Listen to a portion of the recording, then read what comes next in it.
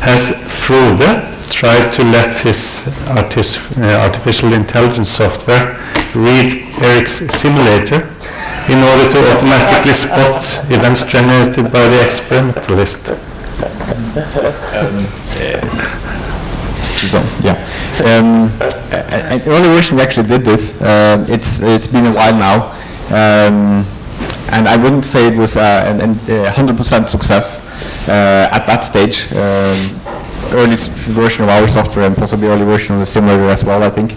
But it could in theory be done. I think though, from our perspective, we train our system on real data only. So we have a lot of real data, so we don't actually, so as long as the real data and the simulator data is basically looking the same and behaving the same, like it seems it does now in Eric's talk, then it shouldn't be a problem. You want to comment on this? Actually, this is a purpose of the simulator is to be able to test new technologies, not only technologies which are developed in our research institute. So that's open to anybody who would like to test any technologies. Thank you. And then I had one more question, and that might be partly to Andrea. What do you think it will take offshore staff to accept pattern recognition from an onshore self-learning computer? Well, I think like every other change for the offshore people, it has to come from a crisis situation.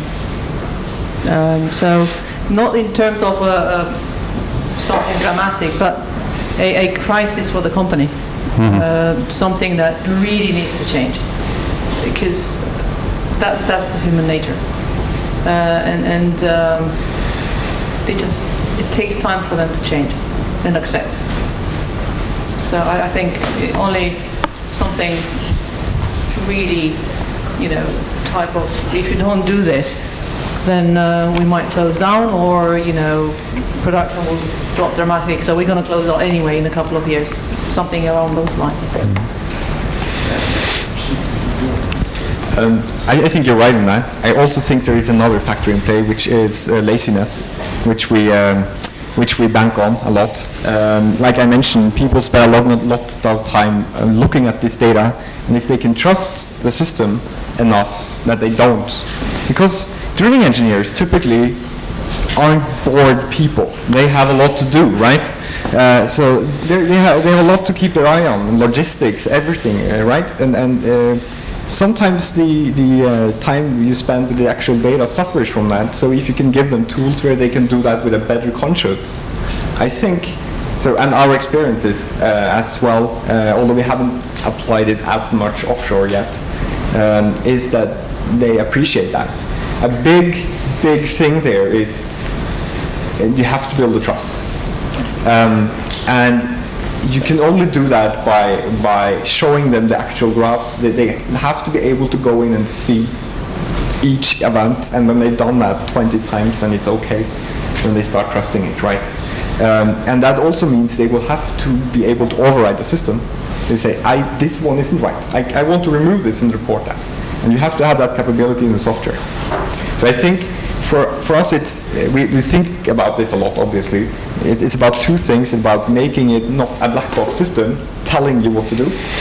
It's about making it transparent, and about making it actually helps you in your work, and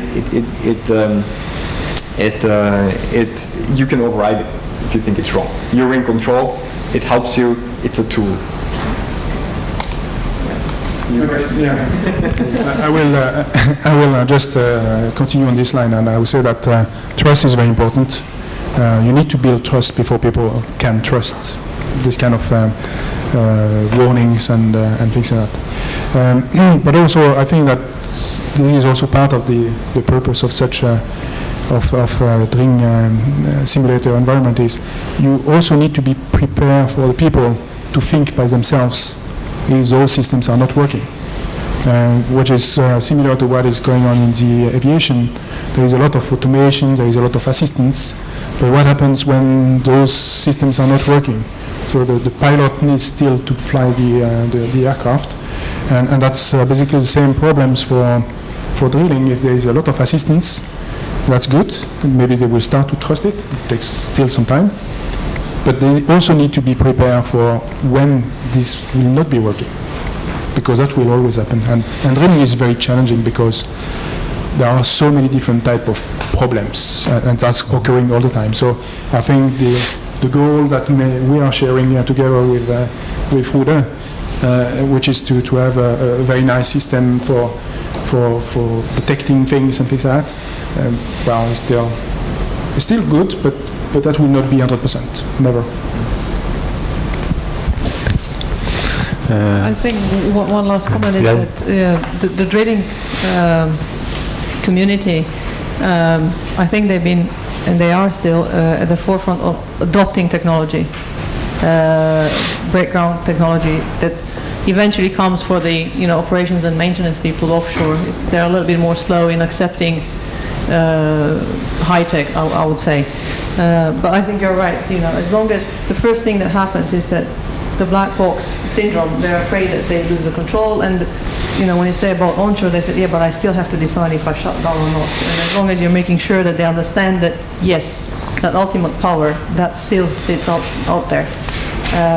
But when it comes to the interaction, drilling has been very good at using technology. But what I'm seeing is in a offshore asset is that there is a little bit of a wall between the drilling and the rest of the organization, and that needs to be addressed.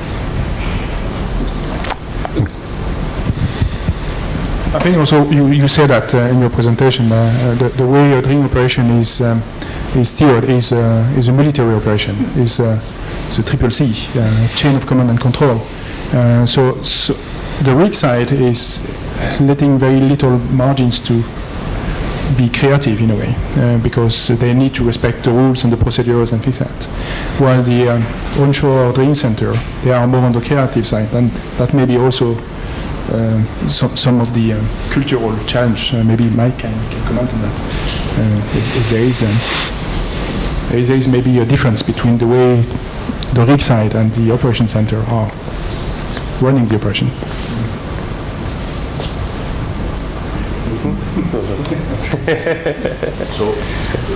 Sorry,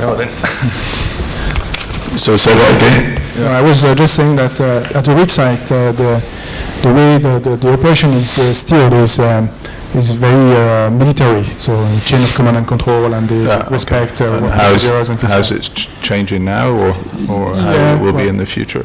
But the operation center is more like in the creative side and more on trying to find out what is going on, and there is maybe a cultural barrier between the two sides. Do you experience that? Yeah, in some extent, but I think what we're finding now is, particularly around the modeling and the simulation, because we've been making so much effort on data quality, and we have such or much better models now. It's helping us give advice, warnings, that type of thing. But offshore are appreciating more the support, so there's much better collaboration between offshore and onshore now. However, there is still, to some extent, a feeling of sort of surveillance, Big Brother, and that's been going on since this all started. Particularly around things like CCTV, which I've always found amazing when the fact that you walk around anywhere, you go to any petrol station, you go around any city, and there's surveillance around everywhere, and nobody really cares about that.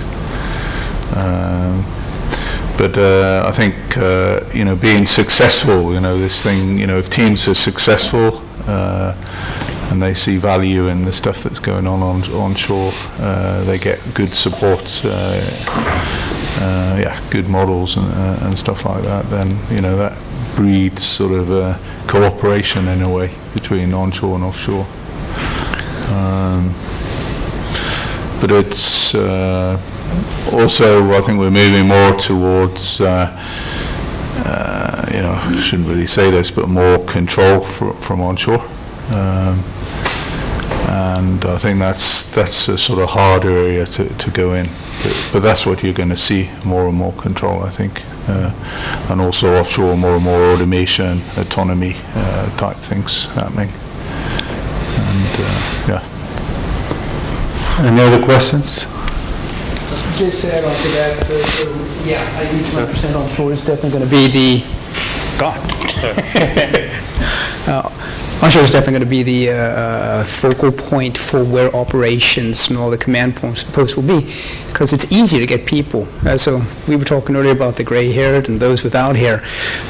These are the ones with the expertise quite often, because geophysicists are basically becoming a very rare animal, and petrophysicists also. And so basically, they'll just bring those old guys in there instead of sending them offshore if it's bad weather. I mean, it's better to bring these people into the office where there's a collaboration environment. They get all the information they want from there, and they're able to control the people on the offshore. So yeah, I agree with you 200%. It will definitely be onshore from now on. And it'll be more automation. It's happening today. I know Carl was quite eager to find out if managing safety in a drilling environment is harder than managing safety for nuclear submarines and aviation. Do you have any ideas or comments about that?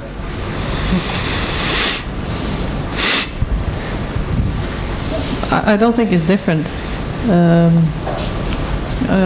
What happens is that, on a nuclear submarine or something like that, the impact is much bigger, and it's big in terms of an old platform, something wrong happening, but it's the confined environment that happens. But they're also the nuclear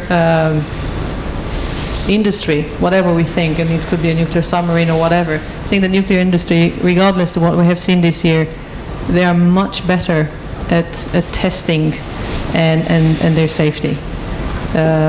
So what happened at Fukushima was a sequence of events that was, in a way, so unpredictable and a wrong business model that we can't judge just by that.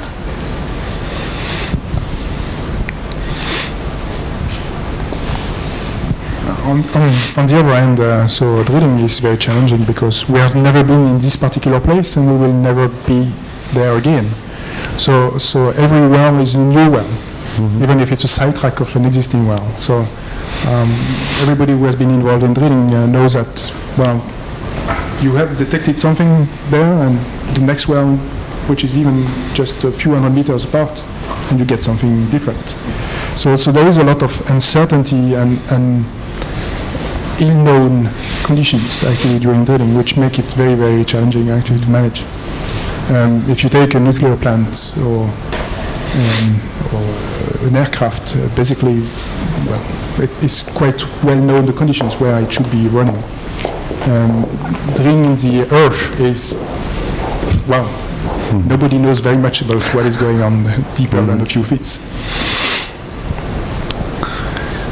Does anyone else have questions for the panel?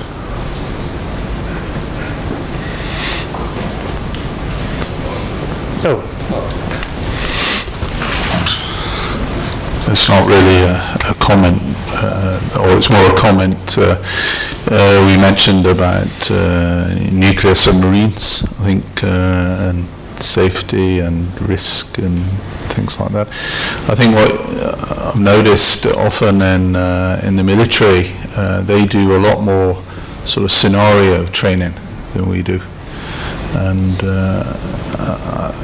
I think that's what we're starting to see develop more and more in our industry now. So, for example, there are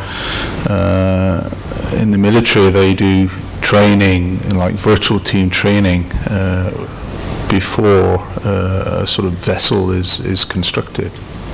So, the crew will train for months before the ship leaves the yard. So, and another thing, another comment about, you know, what Eric's saying there, you know, every well is different, you know, it's I think one of the biggest struggles we have is data quality, and that's why, you know, we struggle sometimes when we're drilling a well alongside or very close to another well, or even a sidetrack. We don't understand the data that we have, and we don't understand the uncertainty. So it's just some comments.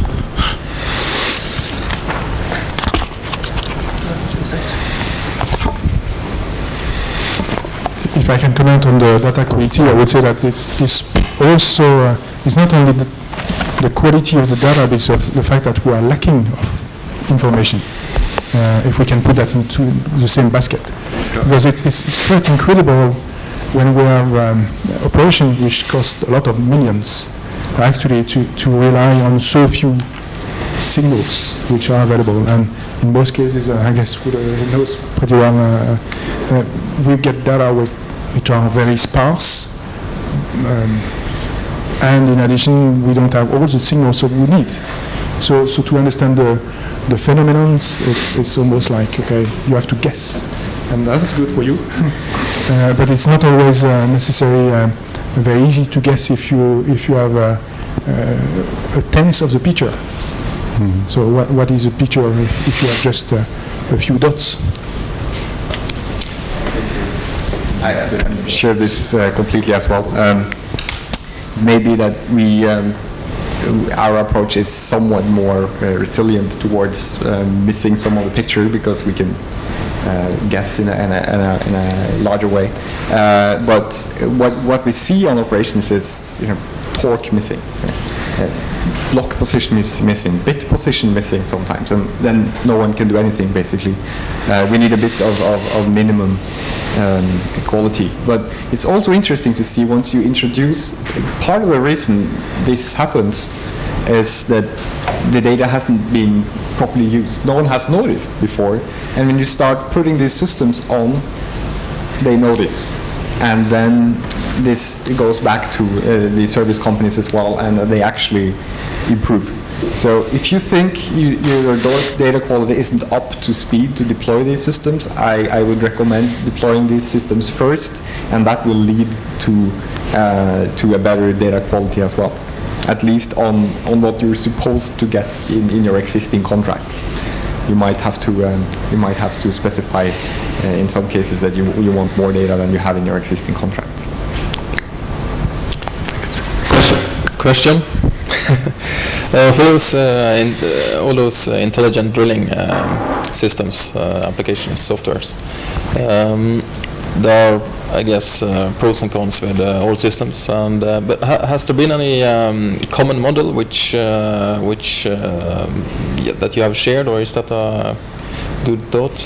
So you can actually compare the different drilling models and maybe gain support out of that, and maybe fine-tune your applications? I can at least say we haven't done any structural comparison of these types of systems. That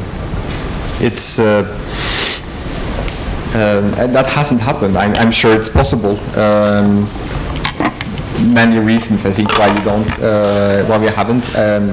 Part of the reason is that we are, of course, a commercial entity which is focused on getting it out there and getting sales. We are, of course, also improved on improving the product, but so the natural focus, especially in the beginning, is to prove it by putting it on a lot of wells, improving it based on customer feedback, and you know, through repeated iterations of that.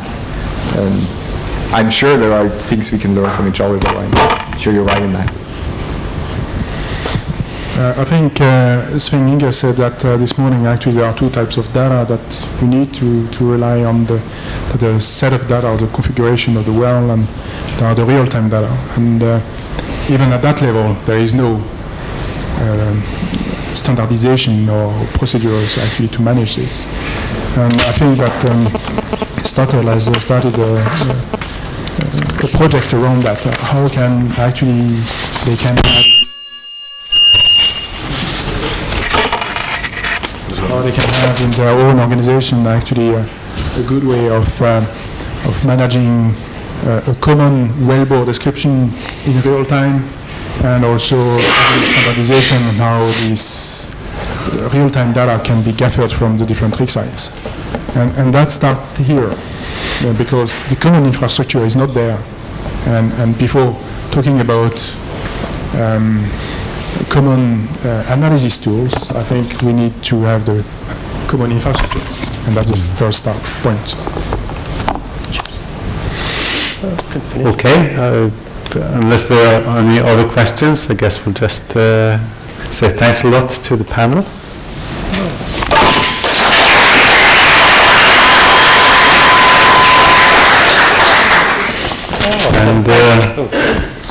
And what remains then is to say thanks a lot to all the presenters. So thanks a lot to Carl and to his company Finding Petroleum for organizing this event. Well, we'll have a clap for John for the fine chairmanship of the day, and yeah, thank you.